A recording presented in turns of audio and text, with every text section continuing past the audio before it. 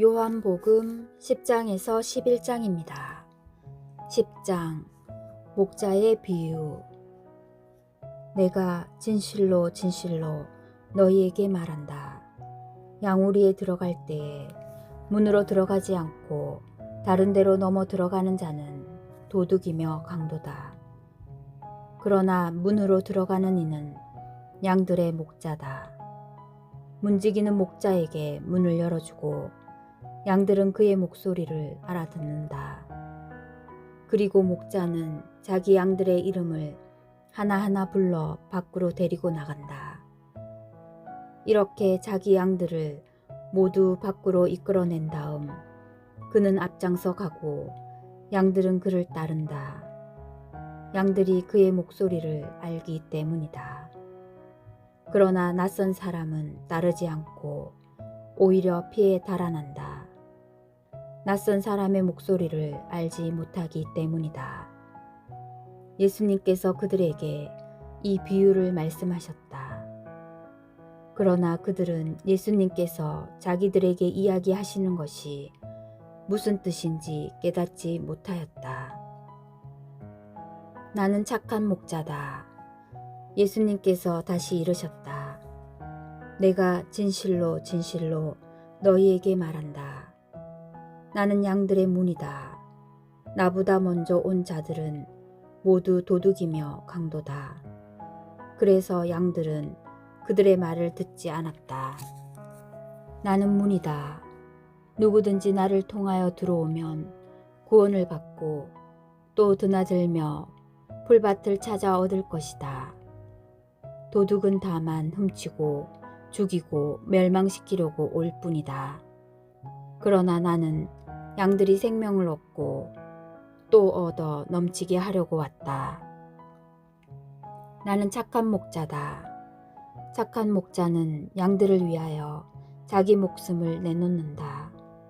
삭구는 목자가 아니고 양도 자기 것이 아니기 때문에 이리가 오는 것을 보면 양들을 버리고 달아난다.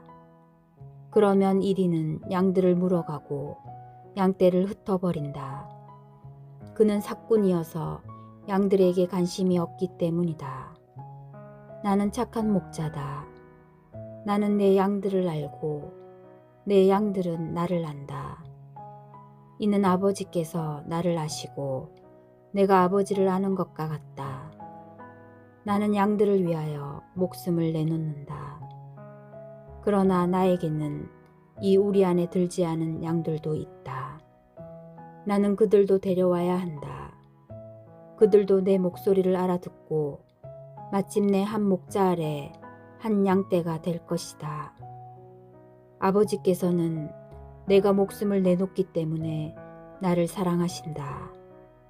그렇게 하여 나는 목숨을 다시 얻는다. 아무도 나에게서 목숨을 빼앗지 못한다. 내가 스스로 그것을 내놓는 것이다. 나는 목숨을 내놓을 권한도 있고 그것을 다시 얻을 권한도 있다. 이것이 내가 내 아버지에게서 받은 명령이다. 이 말씀 때문에 유다인들 사이에 다시 논란이 일어났다. 그들 가운데 많은 사람이 그는 마귀가 들려 미쳤소. 무엇 때문에 그 사람의 말을 듣고들 있소 하였다. 그러나 또 다른 이들은 그가 한 말은 마귀 들린 자의 말이 아니오. 마귀는 눈먼이들의 눈을 뜨게 할 수가 없지 않소 하고 말하였다. 유다인들이 예수님을 배척하다. 그때 예루살렘에서는 성전 봉헌 축제가 벌어지고 있었다. 때는 겨울이었다. 예수님께서는 성전 안에 있는 솔로몬 주랑을 거닐고 계셨는데 유다인들이 그분을 둘러싸고 말하였다. 당신은 언제까지 우리 속을 태울 작정이요? 당신이 메시아라면 분명히 말해주시오. 그러자 예수님께서 그들에게 대답하셨다. 내가 이미 말하였는데도 너희는 믿지 않는다. 내가 내 아버지의 이름으로 하는 일들이 나를 증언한다. 그러나 너희는 믿지 않는다. 너희가 내 양이 아니기 때문이다. 내 양들은 내 목소리를 알아듣는다. 나는 그들을 알고 그들은 나를 따른다. 나는 그들에게 영원한 생명을 준다. 그리하여 그들은 영원토록 멸망하지 않을 것이고 또 아무도 그들을 내 손에서 빼앗아 가지 못할 것이다. 그들을 나에게 주신 내 아버지께서는 누구보다도 위대하시여 아무도 그들을 내 아버지의 손에서 빼앗아 갈 수 없다. 아버지와 나는 하나다. 그러자 유다인들이 돌을 집어 예수님께 던지려고 하였다. 예수님께서 그들에게 말씀하셨다. 나는 아버지의 분부에 따라 너희에게 좋은 일을 많이 보여주었다. 그 가운데에서 어떤 일로 나에게 돌을 던지려고 하느냐. 유다인들이 예수님께 좋은 일을 하였기 때문이 아니라 하느님을 모독하였기 때문에 당신에게 돌을 던지려는 것이요. 당신은 사람이면서 하느님으로 자처하고 있소 하고 대답하자 예수님께서 그들에게 말씀하셨다. 너희 율법에 내가 이르건대 너희는 신이다 라고 기록되어 있지 않느냐. 폐기될 수 없는 성경에서 하느님의 말씀을 받은 이들을 신이라고 하였는데 아버지께서 거룩하게 하시어 이 세상에 보내신 내가 나는 하느님의 아들이다 하였다 해서 당신은 하느님을 모독하고 있소 하고 말할 수 있느냐. 내가 내 아버지의 일들을 하고 있지 않다면 나를 믿지 않아도 좋다. 그러나 내가 그 일들을 하고 있다면 나를 믿지 않더라도 그 일들은 믿어라. 그러면 아버지께서 내 안에 계시고 내가 아버지 안에 있다는 것을 너희가 깨달아 알게 될 것이다. 그러자 유다인들이 다시 예수님을 잡으려고 하였지만 예수님께서는 그들의 손을 벗어나셨다. 요르단강 건너편으로 가시다. 예수님께서는 다시 요르단강 건너편 요한이 전에 세례를 주던 곳으로 물러가시어 그곳에 머무르셨다. 그러자 많은 사람이 그분께 몰려와 서로 말하였다. 요한은 표징을 하나도 일으키지 않았지만 그가 저분에 관하여 한 말은 모두 사실이었다. 그곳에서 많은 사람이 예수님을 믿었다. 11장 라자로가 죽다.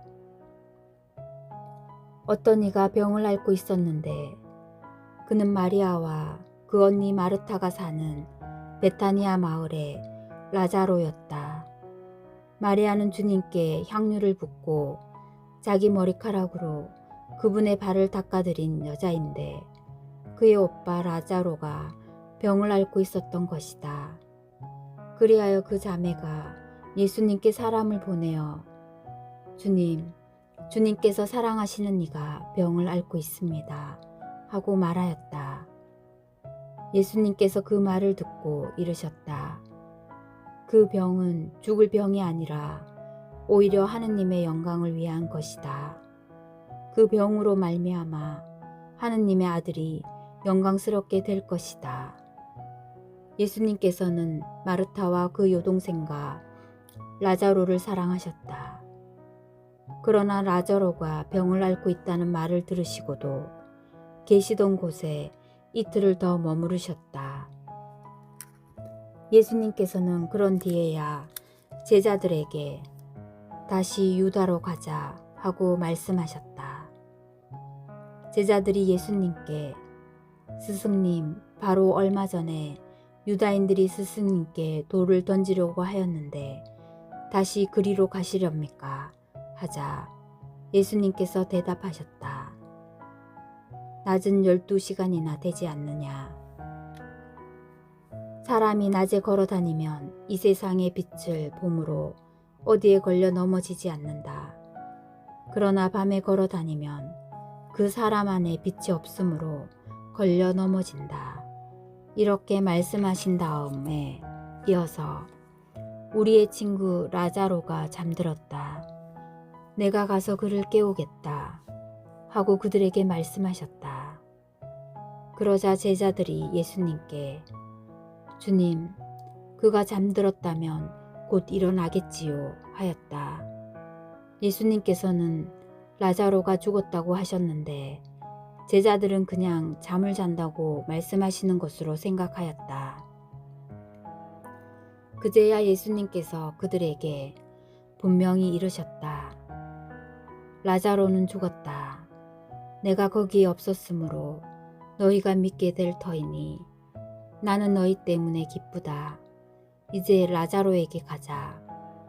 그러자 쌍둥이라고 불리는 토마스가 동료 제자들에게 우리도 스승님과 함께 죽으러 갑시다 하고 말하였다. 부활이며 생명이신 예수님. 예수님께서 가서 보시니 라자로가 무덤에 묻힌 지 벌써 나흘이나 지나 있었다.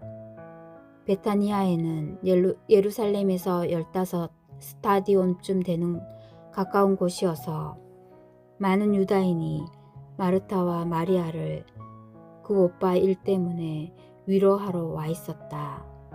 마르타는 예수님께서 오신다는 말을 듣고 그분을 맞으러 나가고 마리아는 그냥 집에 앉아 있었다. 마르타가 예수님께 말하였다. 주님께서 여기에 계셨더라면 제 오빠가 죽지 않았을 것입니다. 그러나 하느님께서는 주님께서 청하시는 것은 무엇이나 들어주신다는 것을 저는 지금도 알고 있습니다. 예수님께서 마르타에게 내 오빠는 다시 살아날 것이다 하시니 마르타가 마지막 날 부활 때에 오빠도 다시 살아나리라는 것을 알고 있습니다 하였다. 그러자 예수님께서 그에게 이르셨다. 나는 부활이요 생명이다. 나를 믿는 사람은 죽더라도 살고 또 살아서 나를 믿는 모든 사람은 영원히 죽지 않을 것이다. 너는 이것을 믿느냐? 마르타가 대답하였다. 예, 주님. 저는 주님께서 이 세상에 오시기로 되어 있는 메시아이시며 하느님의 아드님이심을 믿습니다. 눈물을 흘리시다. 이렇게 말하고 나서 마르타는 돌아가 자기 동생 마리아를 불러 스승님께서 오셨는데 너를 부르신다 하고 가만히 말하였다. 마리아는 이 말을 듣고 얼른 일어나 예수님께 갔다. 예수님께서는 마을로 들어가지 않으시고 마르타가 당신을 맞으러 나왔던 곳에 그냥 계셨다. 마리아와 함께 집에 있으면서 그를 위로하던 유다인들은 마리아가 급히 일어나 나가는 것을 보고 그를 따라갔다. 무덤에 가서 울려는 줄 알았던 것이다.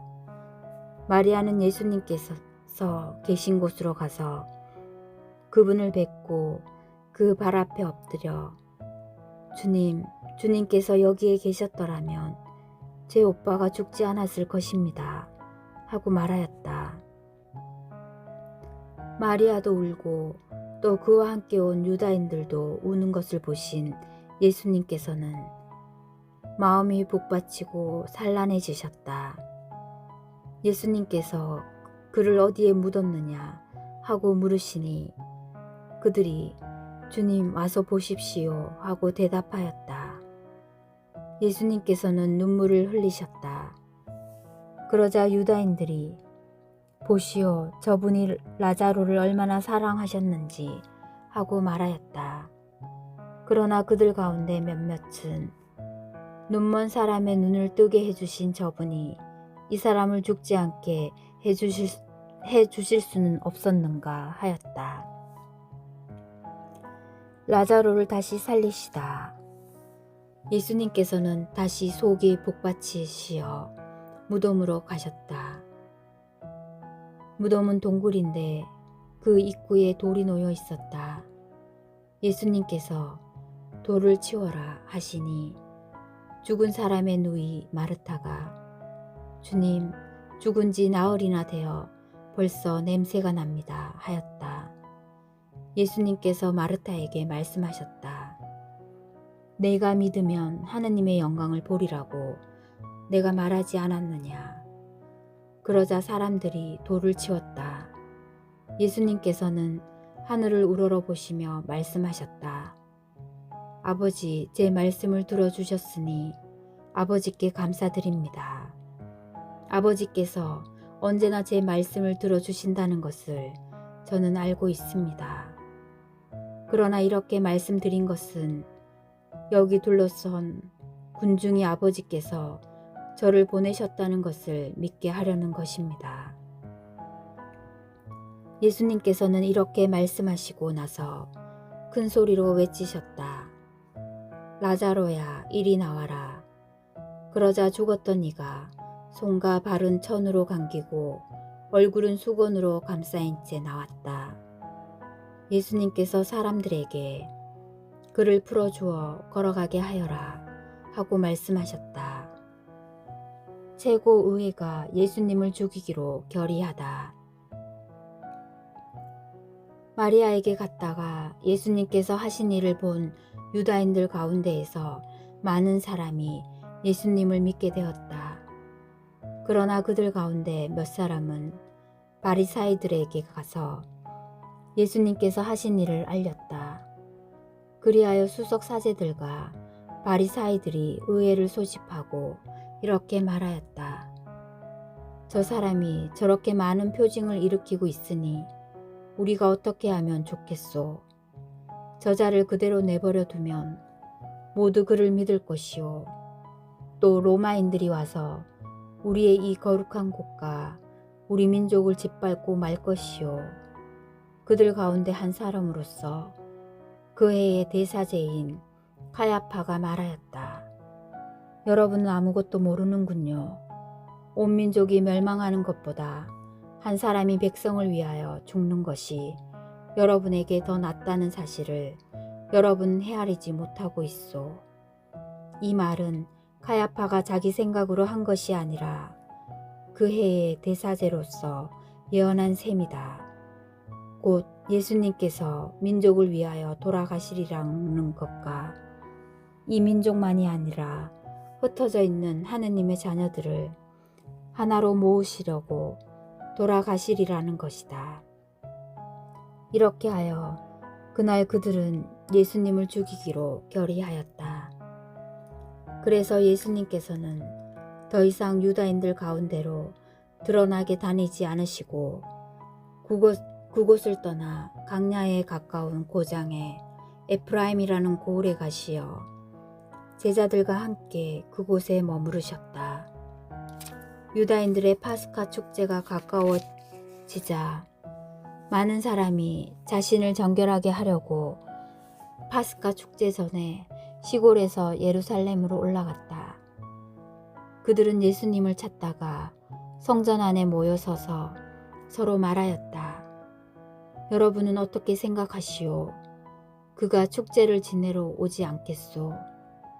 수석 사제들과 바리사이들은 예수님을 잡으려고 누구든지 예수님께서 계신 곳을 알면 신고하라는 명령을 내려두었다.